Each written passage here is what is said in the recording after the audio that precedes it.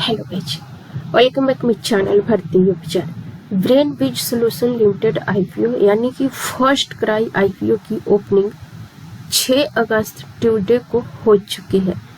8 अगस्त Thursday को इसकी closing है, यानी कि कल ये आईपीओ क्लोज होने वाला है।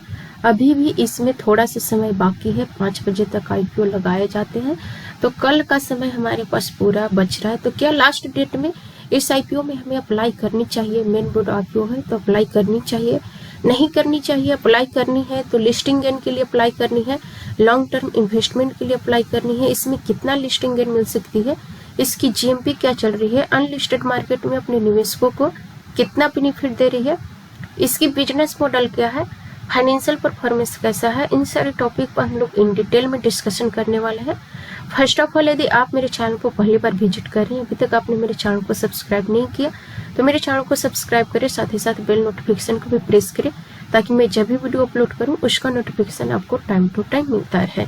हम लोग इस आईपीओ की इम्पोर्टेंट डेट जान लेते हैं। ये आईपीओ 6 अगस्त से लेकर के 8 अगस्त के बीच में ओपन रहेगा। 8 अगस्त को इसकी क्लोजिंग है। इसका फेस वैल्यू ₹2 पर शेयर, प्राइस बैंड 440 से 465 रुपये पर शेयर, लॉट साइज 32 शेयरों की है, यानी कि एक लॉट आप ब्रेन बीज सोल्यूशन खरीदेंगे तो आपको 32 शेयर मिलेंगे। Total issue size 41.93 crore 4193.73 crore की है। फ्रेश इशू 1666 करोड़ की है and offer for sale 2527.73 crore की है, यानी कि एक कंपनी है जो ऑफर फॉर सेल के माध्यम से OFS के माध्यम से 2527.73 करोड़ रुपए की राशि जुटाना चाहती है। एम्प्लॉय डिस्काउंट 44 रुपये पर शेयर। लिस्टिंग इसकी BSE और NSE दोनों प्लेटफॉर्म पर होगी और ये आईपीओ ट्यूसडे 13 अगस्त को लिस्ट होगा। अब हम लोग बात कर लेते हैं इसकी बिजनेस और फाइनेंशियल परफॉर्मेंस, क्योंकि किसी भी आईपीओ में अप्लाई करने से पहले 3 इम्पोर्टेंट पॉइंट को जरूर समझे। पहला है बिजनेस, और सबसे इम्पोर्टेंट पॉइंट यही है बिजनेस। दूसरा आती है जो सबसे इम्पोर्टेंट होता है फाइनेंशियल परफॉर्मेंस। अगर ये दोनों अच्छा है, बिजनेस और फाइनेंशियली दोनों स्ट्रांग है, तो फिर जीएमपी महत्वपूर्ण नहीं होती है। जीएमपी कम हो चलेगा, लिस्टिंग गेन कम मिल सकती है। लॉन्ग टर्म इन्वेस्टमेंट के व्यू से वो आईपीओ बहुत ही बेहतर होते हैं। और जो लिस्टिंग गेन के लिए आईपीओ अप्लाई करते हैं उनके लिए तीनों चीज इंपॉर्टेंट होते हैं, बिजनेस, फाइनेंशियली एंड जीएमपी।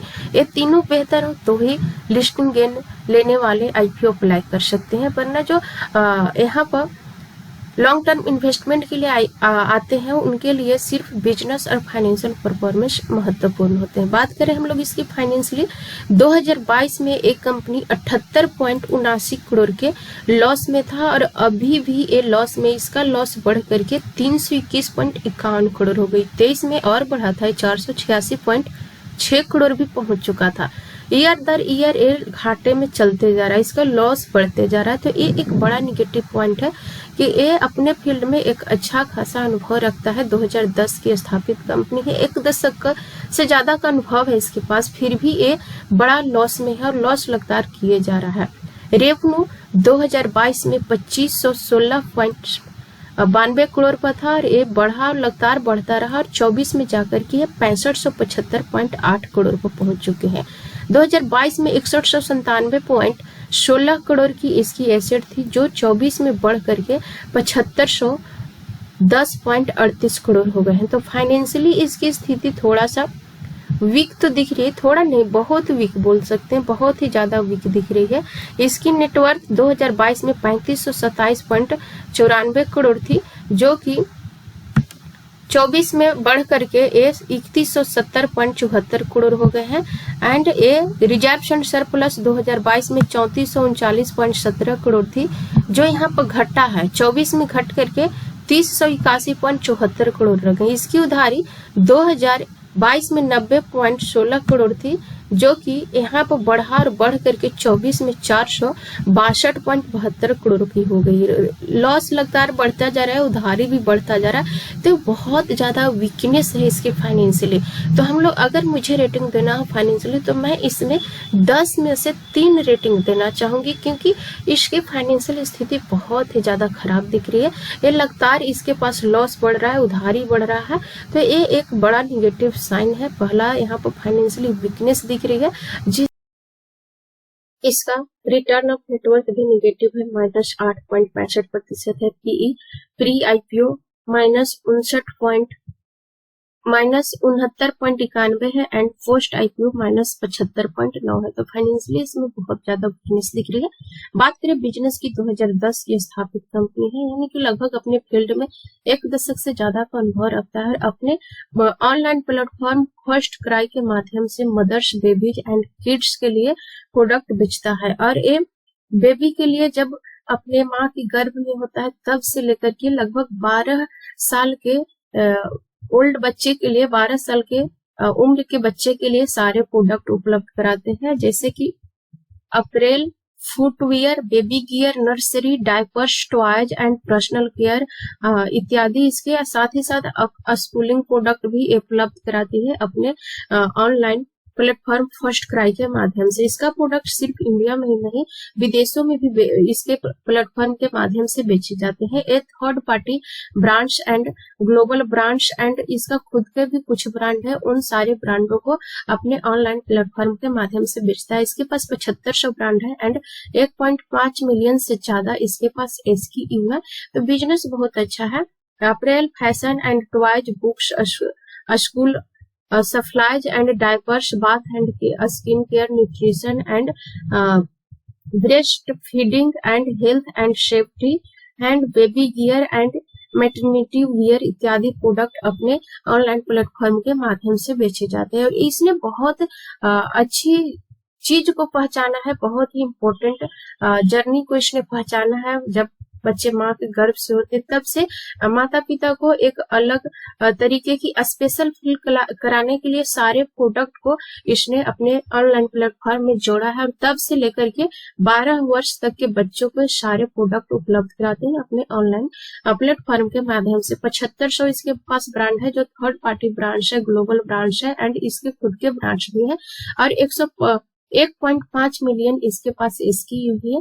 तो बिजनेस बहुत अच्छा है। इसके साथ ही कंपनी और भी तरीके की इसके पास घरेलू हाउस ब्रांड प्रोडक्ट है, जैसे कि fine kids and cute walk by baby hug and बेबियो इसके पास शामिल है ब्रांड में कुछ। तो मल्टी कैटेगरी के इसके पास चैनल है, मल्टी चैनल है, जो हर तरीके की प्रोडक्ट अपने ऑनलाइन प्लेटफॉर्म के माध्यम से उपलब्ध कराती है, मदर्स के लिए, बेबी के लिए एंड किड्स के लिए। तो बिजनेस बहुत अच्छा कर रहा है। फाइनेंशियली इसमें बहुत ही ज्यादा वीकनेस है, फाइनेंशियली बहुत ज्यादा इसमें वीकनेस दिख रही है।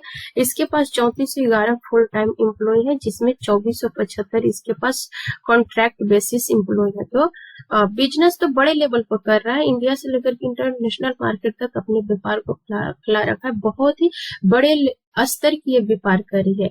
लेकिन फाइनेंशियली वीकनेस की वजह से लोग यहाँ पर इंटरेस्ट कम दिखाएंगे इस आईपीओ में अप्लाई करने के लिए। पर्सनली मैं भी इस आईपीओ को अप्लाई करना नहीं चाहूंगी, क्योंकि फाइनेंशियल स्थिति बहुत ही ज्यादा खराब दिख रही है। अगर इसकी फाइनेंशियल स्थिति भविष्य में सुधरे तो फिर ये बहुत ही अच्छा रिटर्न बना करके दे सकता है, क्योंकि बड़े लेवल की ये व्यापार कर रही है, इंटरनेशनल मार्केट तक अपने व्यापार को फैला रखा है और सबसे बड़ा ऑनलाइन प्लेटफॉर्म है, जहां पे मदर्स के लिए, बेबी के लिए एंड किड्स के लिए सारे प्रोडक्ट को उपलब्ध कराते हैं।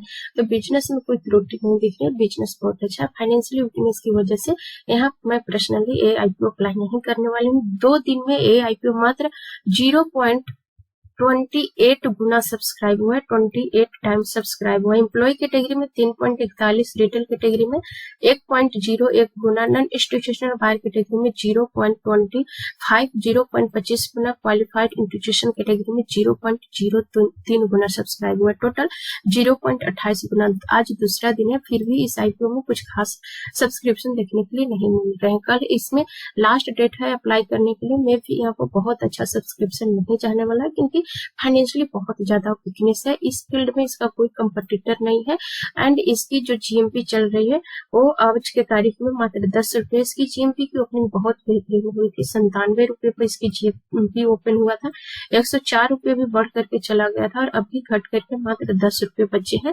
अनलिस्टेड मार्केट में 475 पर ट्रेड करी है, अपने निवेशकों को 2.15% की बेनिफिट दे रही है। इसकी लिस्टिंग कॉस्ट टू कॉस्ट हो जाए तो ही बेहतर है जो अप्लाई कर चुके हैं उनके लिए, क्योंकि अभी ये अब निगेटिव लिस्टिंग भी होने का चांस है, क्योंकि अभी जो ग्लोबल नेगेटिव न्यूज चल रहा है उसका इम्पैक्ट इंडियन मार्केट में भी देखने के लिए मिल रहे हैं, तो उसका इम्पैक्ट आईपीओ में भी पड़ेगा और में भी निगेटिव लिस्टिंग भी होने का चांस है, क्योंकि फाइनेंशियली बहुत ज्यादा इसकी स्थिति खराब है। अगर कॉस्ट टू कॉस्ट में हो जाती है फिर तो 4-5% प्रीमियम के साथ हो जाता है इसकी लिस्टिंग, तो इसे आप सरप्राइज ही मैं समझूंगी, क्योंकि इसकी फाइनेंशियली स्थिति बहुत ज्यादा खराब है, कुछ खास सब्सक्रिप्शन भी देखने के लिए नहीं मिल रहा है। बाकी आपका पैसा कहाँ निवेश करना है इसका डिसीजन आपका होना चाहिए। शेयर मार्केट में निवेश करना हाई रिस्क है, इसलिए निवेश करने से पहले गहरी एनालिसिस एंड रिसर्च जरूर करें। हो सके तो अपने फाइनेंशियल एडवाइजर से भी एडवाइज लें, इसके बाद ही निवेश करने का विचार बनाए। आई थिंक सारे पॉइंट्स आप लोग क्लियरली समझ पा रहे होंगे। So thanks for watching this video till and. जय हिंद।